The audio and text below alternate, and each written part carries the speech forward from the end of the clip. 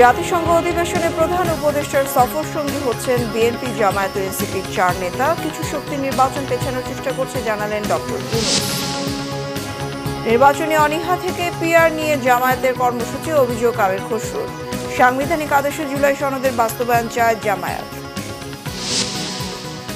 শেখ হাসিনার মন্তব্যে অপমান বোধ করেছিলেন শিক্ষার্থীরা, বললেন নাহিদ। মাহমুদুর রহমানের সাক্ষ্য পতিত সরকারের ভারত নির্ভরতা প্রমাণ, মন্তব্য চিফ প্রসিকিউটরের। রাজধানী সহ দেশের বিভিন্ন স্থানে পলিটেকনিক শিক্ষার্থীদের সড়ক অবরোধ। গঠিত কমিটির সুপারিশের আগে আর কর্মসূচি না দেওয়ার প্রতিশ্রুতি সচিবালয়ের বৈঠকে। দেখছিলেন ক্রাউন সিমেন্ট সংবাদ শিরোনাম, এবার বিস্তারিত। জাতিসংঘ সাধারণ পরিষদের ৮০তম অধিবেশনে যোগ দিতে ২২ সেপ্টেম্বর নিউ ইয়র্ক যাচ্ছেন প্রধান উপদেষ্টা ডক্টর মোহাম্মদ ইউনূস। সাধারণ পরিষদের অধিবেশনে ভাষণ দেবেন ২৬ সেপ্টেম্বর। এবার সফর সঙ্গী হিসেবে প্রধান উপদেষ্টার সঙ্গে যাচ্ছেন বিএনপি, জামায়াত ও এনসিপির 4 নেতা। আরও জানাচ্ছেন মামুন আবদুল্লাহ। ২৩ সেপ্টেম্বর শুরু হতে যাচ্ছে জাতিসংঘের সাধারণ পরিষদের ৮০তম অধিবেশন।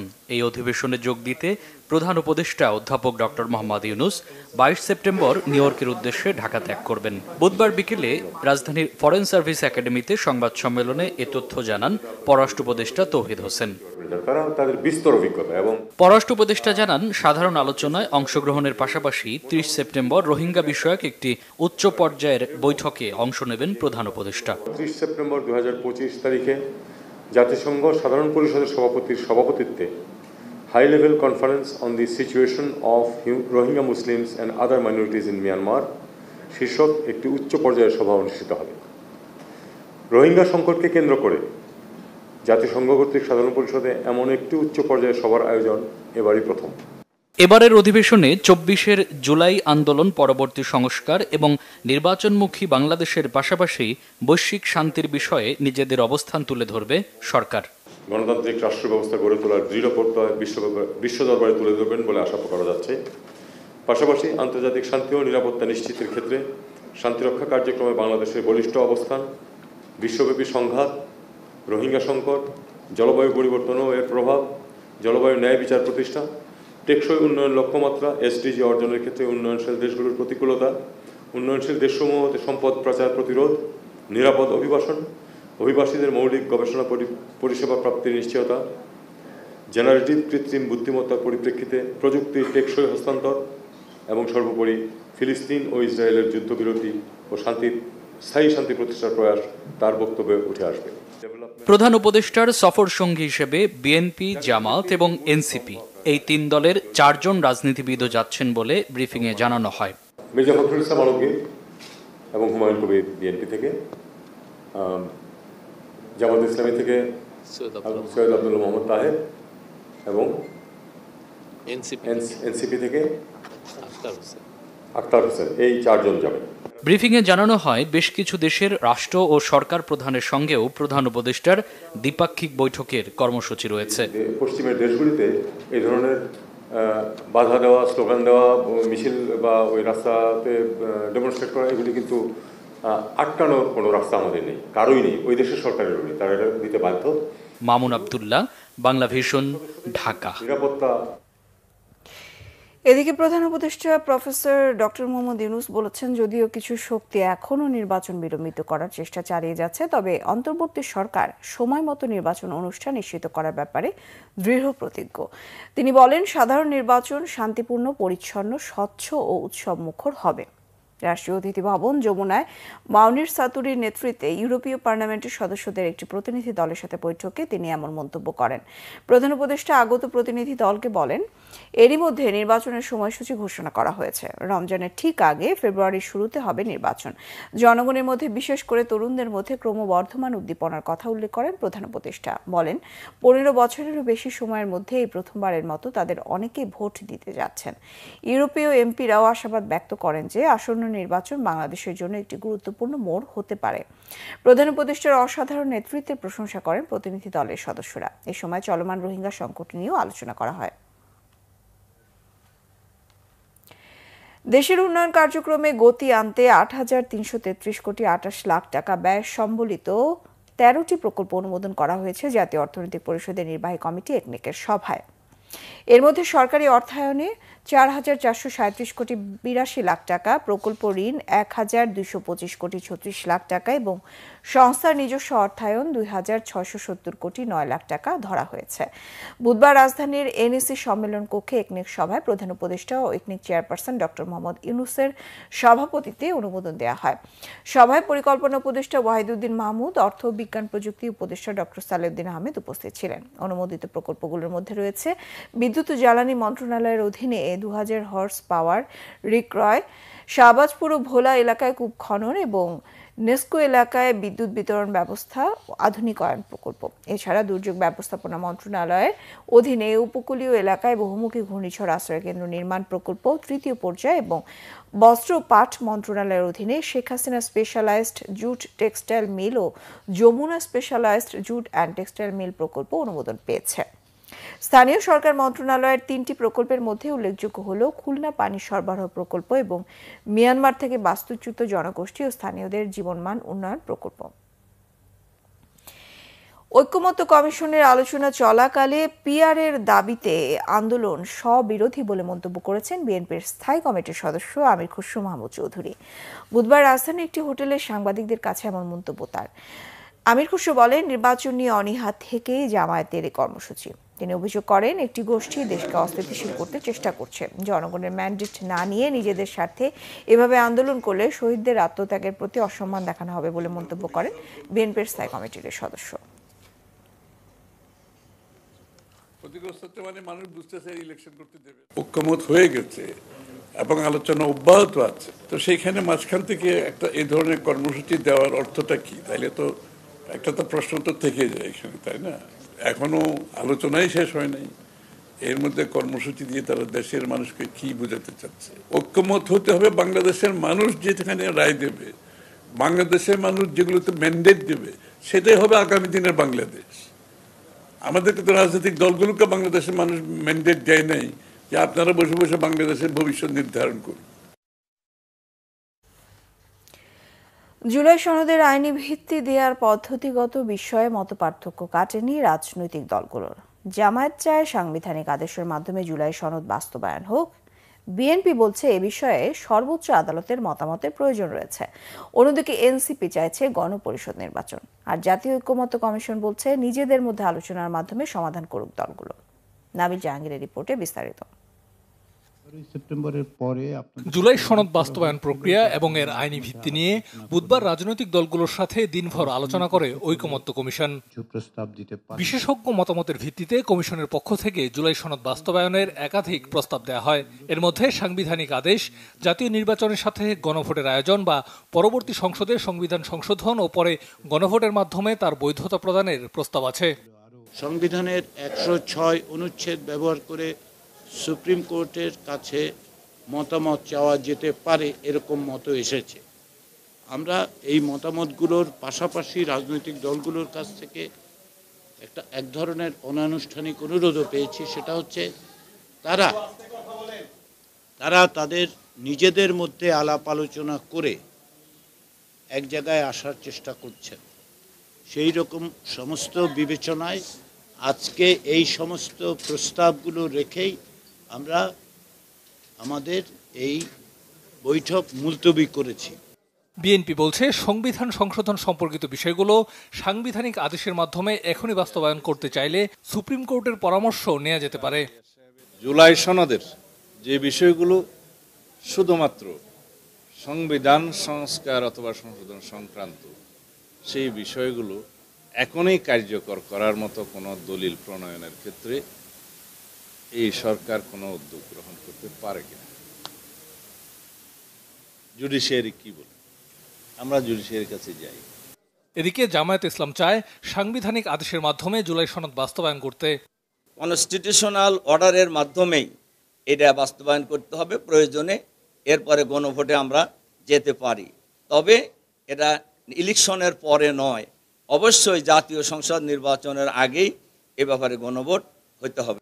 এ বিষয়ে অন্য দলগুলো নিজস্ব মতামত দিয়েছে। আমাদের মতামত এখনো আগের মতো, যে সবচেয়ে বেস্ট পদ্ধতি, যেটাকে আমরা এড়িয়ে আরও জটিল করে ফেলছি, সবচেয়ে বেস্ট পদ্ধতি হচ্ছে গণপরিষদের মধ্য দিয়ে আগামী নির্বাচনের মধ্য দিয়ে যারা নির্বাচিত হবে তারা একই সাথে গণপরিষদ গঠন করবে, একই সাথে পার্লামেন্ট গঠন করবে। যা কিছু সরকার বাস্তবায়ন করতে পারবে না, আগামীতে যেই ক্ষমতা আসুক না কেন এমন আইনগত বন্দোবস্ত সৃষ্টি করা যাতে করে সেই সরকার বাস্তবায়ন করতে বাধ্য থাকে। অক্টোবরের শুরুতে আবারও এ বিষয়ে রাজনৈতিক দলগুলোর সাথে আলোচনায় বসবে কমিশন। এর আগে রাজনৈতিক দলগুলো দলীয় ফোরামে আলোচনা করবে। ঐকমত্যের ভিত্তিতে আমরা এই রাষ্ট্রের গণতান্ত্রিক। নাবিল জাহাঙ্গীর, বাংলা ভিশন, ঢাকা। এখানে আসলে এটা বাংলাদেশে যত তাড়াতাড়ি সম্ভব নির্বাচনের মাধ্যমে গণতন্ত্র ফিরে আসুক সেটি দেখতে চায় ইউরোপীয় ইউনিয়ন। বুধবার বিকেলে গুলশানের দলীয় চেয়ারপারসনের কার্যালয়ে ইউরোপীয় পার্লামেন্টের প্রতিনিধিদের সাথে বৈঠক করে বিএনপি।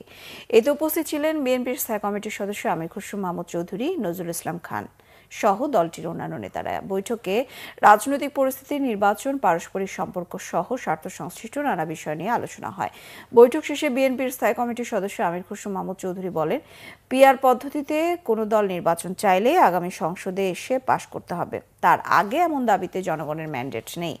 জুলাই আন্দোলনে পিআর পদ্ধতির দাবি ছিল কিনা এমন প্রশ্ন রাখেন বিএনপির স্থায়ী কমিটির সদস্য নজরুল ইসলাম খান। আমি মানুষ বিশ্বজুড়ে বাংলাদেশের বাইরে ইউরোপিয়ান ইউনিয়ন সহ সবাই চাচ্ছে বাংলাদেশে যত তাড়াতাড়ি একটি গণতান্ত্রিক অর্ডার ফিরে আসুক, এবং এর জন্য ওরাও কাজ করতে চায়। আমাদের সকলে মিলে এই কাজটা যত তাড়াতাড়ি সম্পন্ন করতে পারি, দেশের জন্য মঙ্গল, গণতন্ত্রের জন্য মঙ্গল। বাংলাদেশের উন্নয়ন, বাংলাদেশে গণতন্ত্র পুনঃপ্রতিষ্ঠা, এই দুই ক্ষেত্রেই ইউরোপিয়ান ইউনিয়নের সহযোগিতা পেয়েছি আমরা সবসময়। তারা এই সহযোগিতা অব্যাহত রাখবে বলেছে, এবং তারা চায় যে যত দ্রুত সম্ভব বাংলাদেশ গণতন্ত্রে ফিরে আসে, গণতন্ত্র পুনঃপ্রতিষ্ঠা হয়, এটা তারা প্রত্যাশা করে। আসন্ন দুর্গাপূজা উপলক্ষে সনাতন ধর্মাবলম্বীদের শুভেচ্ছা জানিয়েছেন বিএনপির ভারপ্রাপ্ত চেয়ারম্যান তারেক রহমান। তিনি বলেছেন, এবারের শারদীয় দুর্গোৎসবকে সামনে রেখে পলাতক স্বৈরশাসনের সুবিধাভোগীদের যে কোনো অপচেষ্টার বিরুদ্ধে সর্বোচ্চ সতর্কতা প্রতিরোধের প্রস্তুতি রাখতে হবে। বিএনপির সিনিয়র যুগ্ম মহাসচিব অ্যাডভোকেট রুহুল কবির রিজভী স্বাক্ষরিত বিবৃতিতে তথ্য জানানো হয়। বিবৃতিতে বলা হয়, পলাতক স্বৈরশাসকের সুবিধাভোগীরা দুর্গোৎসবের সময় বিভিন্ন অপকর্মের মাধ্যমে সাম্প্রদায়িক সম্প্রীতি বিনষ্ট করে একটি সংঘাতময় পরিস্থিতি সৃষ্টির অপচেষ্টা চালাতে পারে, তাই সবাইকে সতর্ক থাকতে হবে। বিএনপির ভারপ্রাপ্ত চেয়ারম্যান আরও বলেন, স্বৈরাচারের পতন হলেও তাদের ষড়যন্ত্রের অবসান হয়নি বলেও উল্লেখ করেন তিনি। জুলাই আগস্টের সংঘটিত মানবতা বিরোধী অপরাধের মামলায় ন্যায় বিচার চান এনসিপির আহ্বায়ক নাহিদ ইসলাম। ট্রাইব্যুনালের সাক্ষ্য শেষে এমনটা জানান নাহিদ ইসলাম। বলেন, শেখ হাসিনার বলা রাজাকারের নাতিপুতি শব্দে অপমানিত বোধ করেছিলেন শিক্ষার্থীরা। আন্দোলন বন্ধে গোয়েন্দা সংস্থাগুলোর চাপের কথাও জানান তিনি। এদিকে দৈনিক আমার দেশ পত্রিকার সম্পাদক মাহমুদুর রহমানের জেরা সম্পন্ন হয়েছে। তার সাক্ষ্যে শেখ হাসিনা সরকারের ভারত নির্ভরতার প্রমাণ মিলেছে বলে জানান চিফ প্রসিকিউটর তাজুল ইসলাম। শুভ মাহফুজের রিপোর্ট। জুলাই আগস্টে সংগঠিত মানবতা বিরোধী অপরাধের মামলায় সাবেক প্রধানমন্ত্রী শেখ হাসিনা, সাবেক স্বরাষ্ট্রমন্ত্রী আসাদুজ্জামান খান কামাল, সাবেক আইজিপি চৌধুরী আবদুল্লাহ আল মামুনের বিরুদ্ধে আন্তর্জাতিক অপরাধ ট্রাইব্যুনালে সাক্ষ্য দিয়েছেন শেখ হাসিনা বিরোধী আন্দোলনের অন্যতম সমন্বয়ক এবং জাতীয় নাগরিক পার্টি এনসিপির আহ্বায়ক নাহিদ ইসলাম। দুপুর 2:30 থেকে শুরু হওয়া সাক্ষ্য চলে প্রায় 2 ঘন্টা। সাক্ষ্য শেষে ট্রাইব্যুনাল থেকে বেরিয়ে সাংবাদিকদের সাথে কথা বলেন নাহিদ ইসলাম। হাসিনা বিরোধী আন্দোলনকালে গোয়েন্দা সংস্থাগুলোর তৎপরতা সম্পর্কে জানান তিনি। যারা এই হত্যাকাণ্ডের সাথে জড়িত, আওয়ামী লীগ, পুলিশ সহ যারা জড়িত, তারা বিচারের আওতায় আসবেন, তাদের শাস্তি হবে, এবং এই ন্যায় বিচার একটা নিদর্শন হয়ে থাকবে শুধু বাংলাদেশের জন্যই নয়, পৃথিবীর জন্য, যে কীভাবে পুলিশ সহ, মিলিটারি সহ অন্যান্য বাহিনীর যারা এই জুলাই গণঅভ্যুত্থান সহ গুমের ঘটনায় যুক্ত, তাদেরকেও যাতে বিচারের আওতায় আনা হয়, কোনো বাহিনীর দেখে যাতে কেউ পার পেয়ে না যায়, সেটা আমাদের কাছে কিন্তু স্পষ্ট থাকতে হবে। এদিকে দৈনিক আমার দেশ পত্রিকার সম্পাদক মাহমুদুর রহমানের জেরা শেষ করেছেন রাষ্ট্রনিযুক্ত আইনজীবী। তারা নির্বাচিত সরকারের নাম করে এসে নিজ দেশের জনগণের উপরে যে হত্যাকাণ্ড চালালো, সেটার পেছনের পটভূমিটা কী ছিল, এবং আসলে আওয়ামী লীগ সরকারের চরিত্র কী ছিল, তারা কি আসলে গণতান্ত্রিক ছিল কিনা, তাদের যে মানবতা বিরোধী হওয়ার যে উপাদানগুলো তাদের চরিত্রের মধ্যে আগে থেকেই ছিল, তাদের শাসন ক্ষমতায় অন্য রাষ্ট্রের আধিপত্য ছিল, প্রভাব ছিল, নিয়ন্ত্রণ ছিল, এই সব জিনিসগুলো তুলে ধরার মাধ্যমে তিনি জুলাই আগস্টে যে সংগঠিত মানবতা বিরোধী অপরাধ তার পেছনের প্রেক্ষাপটটা তুলে ধরে এই পুরো বিষয়টাকে স্পষ্ট করেছেন জাতির সামনে।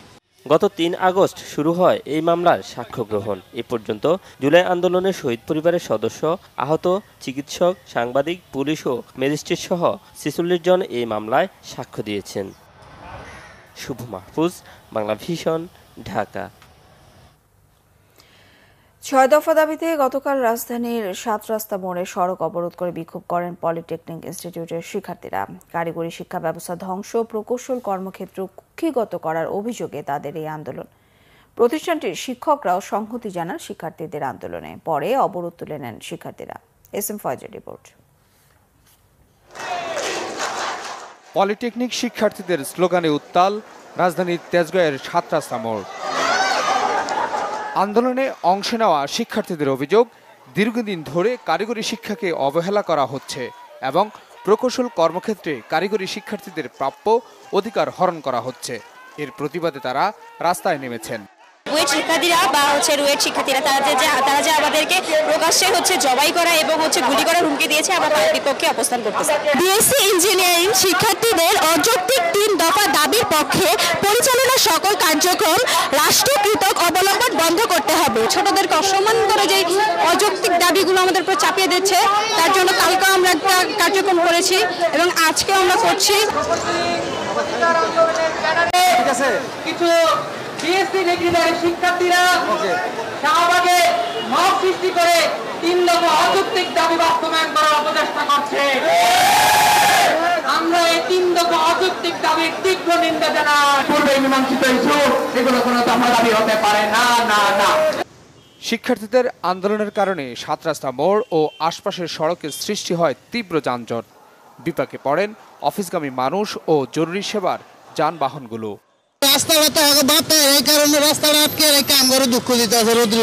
মূল সড়ক আটকে কোনো আন্দোলন হওয়া উচিত না। এত গরমের মধ্যে দাঁড়ায় থাকতে খুব কষ্ট হইতেছে, অফিস আছে। আন্দোলনের নামে জনদুর্ভোগ ও বিশৃঙ্খলা করলে ছাড় দেওয়া হবে না, এমন হুঁশিয়ারি পুলিশের।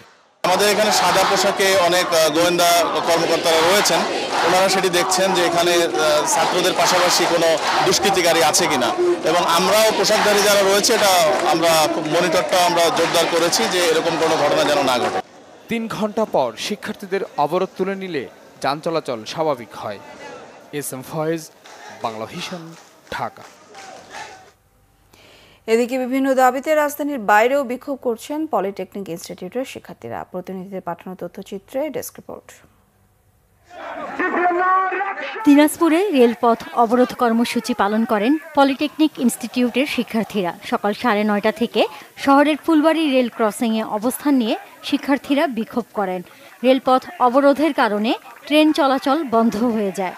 পঞ্চগড় থেকে ছেড়ে আসা ঢাকাগামী দ্রুতযান এক্সপ্রেস এবং রাজশাহীগামী Banglabandha express train Dinajpur rail স্টেশনে আটকা পড়ে। শান্তিপূর্ণভাবে আন্দোলন কর্মসূচি চালিয়ে যাচ্ছিলাম, তাদের 3 দফা বিএসসিদের 3 দফা অযৌক্তিক দাবির প্রতিবাদে তারা কি করেছে, আমাদেরকে প্রকাশ্যে দিবালোকে হত্যার হুমকি দিয়েছে। বিএসসি ইঞ্জিনিয়ারদের যে 3 দফা অযৌক্তিক দাবি আছে, সেই দাবি যতক্ষণ না তারা তুলে নিবে ততক্ষণ আমরা আমাদের কর্মসূচি এখান থেকে আমরা আন্দোলন ছাড়ব না। ময়মনসিংহে পলিটেকনিক শিক্ষার্থীরা নগরীর প্রধান সড়ক ঘুরে ঢাকা বাইপাস মোড়ে গিয়ে অবস্থান নেয়। বিএসসি ইঞ্জিনিয়ারদের 3 দফা দাবিকে অযৌক্তিক বলে অভিযোগ তাদের। তাদের যে দাবিটা সেটা সম্পূর্ণ অযৌক্তিক এবং লজ্জাজনক। একই ইস্যুতে বরিশাল ঢাকা কুয়াকাটা মহাসড়কের নগরীর চৌমাথা এলাকায় সড়ক অবরোধ করে বিক্ষোভ করে শিক্ষার্থীরা। এর আগে বেলা 11টার দিকে কলেজ ক্যাম্পাস থেকে মিছিল নিয়ে নগরীর চৌমাথা এলাকায় অবস্থান নেয় আন্দোলনকারীরা। সড়ক অবরোধের কারণে প্রায় 1 ঘন্টা মহাসড়কে যান চলাচল বন্ধ হয়ে যায়।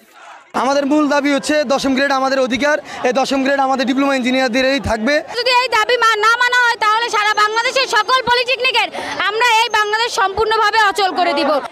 রংপুরে নগরীর শাপলা চত্বরে বিভিন্ন প্ল্যাকার্ড, ফেস্টুন ব্যানার নিয়ে সড়ক অবরোধ করে বিক্ষোভ করেন কারিগরি শিক্ষার্থীরা। এর আগে সকালে স্থানীয় পলিটেকনিক ইনস্টিটিউটে জড়ো হন তারা। পাবনা কেন্দ্রীয় বাস টার্মিনালে বিক্ষোভ ও অবস্থান কর্মসূচি পালন করেছেন পলিটেকনিক ছাত্রছাত্রীরা। বিক্ষোভ মিছিলটি পলিটেকনিক ইনস্টিটিউটের সামনে থেকে বের হয়ে সিঙ্গা বাইপাস হয়ে কেন্দ্রীয় বাস টার্মিনালে গিয়ে অবস্থান নেয়। টাঙ্গাইলে ঢাকা টাঙ্গাইল যমুনা সেতু মহাসড়ক অবরোধ করে শিক্ষার্থীরা। এতে মহাসড়কে যানবাহন চলাচল বন্ধ হয়ে এলেঙ্গা থেকে করটিয়া পর্যন্ত প্রায় ২০ কিলোমিটার যানজটের সৃষ্টি হয়, ফলে ভোগান্তিতে পড়েন এই রুটে যাতায়াতকারীরা। সেনাবাহিনী আন্দোলনরত শিক্ষার্থীদের অবরোধ তুলে নিতে বললে তাদের সাথে আন্দোলনকারীদের বাকবিতণ্ডা হয়। পরে মহাসড়ক থেকে অবরোধ তুলে নেয় শিক্ষার্থীরা। 10ম গ্রেড হচ্ছে শুধুমাত্র ডিপ্লোমা ইন ইঞ্জিনিয়ারদের জন্য, তারা কেন 9ম গ্রেড থেকে 10ম গ্রেডে আসতে চাবে? তারা যদি তাদের নামের আগে সরাসরি প্রকৌশলী লিখতে পারে তাহলে আমরা কেন ডিপ্লোমা প্রকৌশলী লিখতে পারবো না? একই দাবিতে বিক্ষোভ ও অবস্থান কর্মসূচি পালন হয়েছে চাঁপাইনবাবগঞ্জ, ঠাকুরগাঁও, ঝিনাইদহ, গাজীপুর সহ অন্য জেলাতেও। Naznin Akter, Bangla vision, news desk. অন্যদিকে বুধবার সচিবালয়ে প্রকৌশল পেশায় বিএসসি ডিগ্রিধারী ও ডিপ্লোমাধারীদের পেশাগত দাবিগুলোর যৌক্তিকতা নিরীক্ষায় গঠিত কমিটির বৈঠক হয়েছে। এরপর বিদ্যুৎ ও জ্বালানি উপদেষ্টা ফজল কবির খান জানান, ওই কমিটির সুপারিশ না আসা পর্যন্ত জনগণের ভোগান্তি করে কোনো আন্দোলন বা কর্মসূচি দুই পক্ষের কেউ দেবেন না বলে প্রতিশ্রুতি দিয়েছেন। উপদেষ্টা আরও জানান, প্রকৌশলে বিএসসি ডিগ্রিধারীদের 3 দফা এবং ডিপ্লোমাধারীদের 7 দফা দাবি পর্যালোচনা করতে ইনস্টিটিউটের একজন শিক্ষক, একজন আন্দোলনকারীদের একজন, অর্থাৎ 3 জন করে মোট 6 সদস্যের কমিটি করা হয়েছে। এই কমিটি দুই পক্ষের দাবিগুলোর মধ্যে ঐকমত্য আনার চেষ্টা করবে।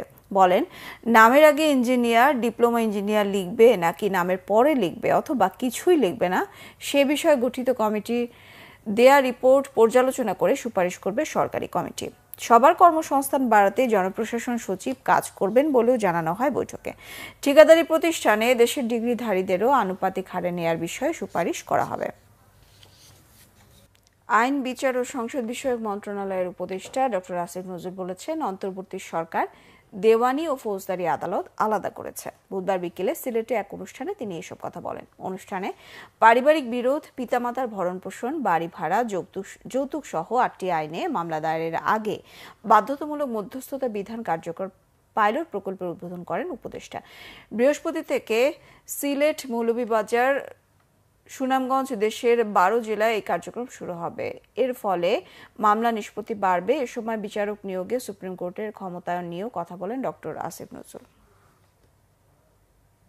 সিভিল আদালত ক্রিমিনাল আদালতকে পৃথক করেছি যাতে সিভিল আদালতের নিষ্পত্তি বাড়ে, যাতে মামলার নিষ্পত্তি দ্রুতগামী হয়। কোনোদিন এটা বাংলাদেশে আগে করা হয়নি।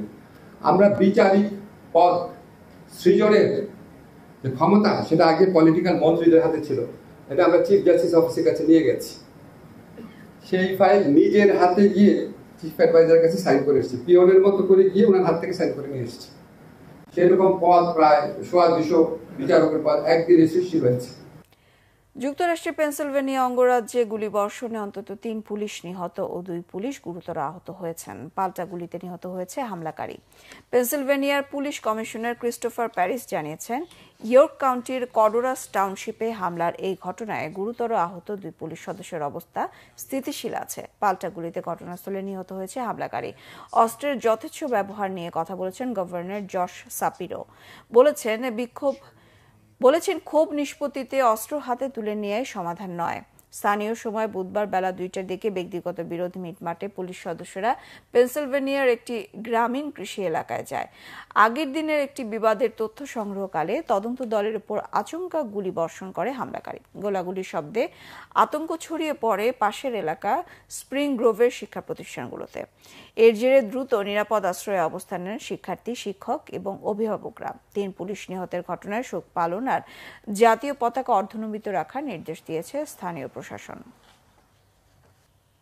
সংবাদ শেষ করব ক্রাউন সিমেন্ট শিরোনামগুলো আরো একবার জানিয়ে।